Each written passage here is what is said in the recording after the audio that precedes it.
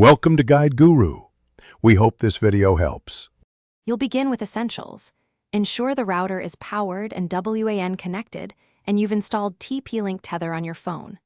Open the app and allow location and network permissions so the app can discover the device.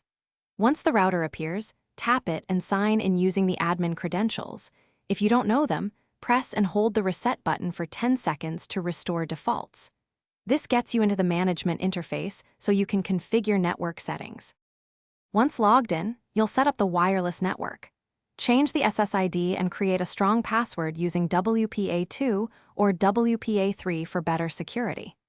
Then, go to WAN settings to choose DHCP, static IP, or PPPoE depending on your ISP instructions. Enter credentials if needed. Configure DHCP range and reserve addresses for key devices. Make sure to enable guest network or parent. To finish, save and apply your changes, then reboot the router from the app so all settings take effect. You should test connectivity on a phone and a laptop, running a speed test to confirm expected throughput. If devices can't connect, restart the modem first, verify Ethernet cables and WAN port, and make sure you entered ISP details correctly.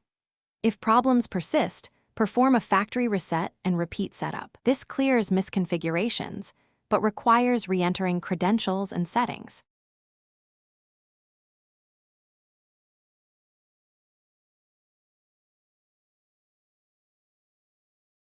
Thanks for watching. Consider subscribing if we helped you today.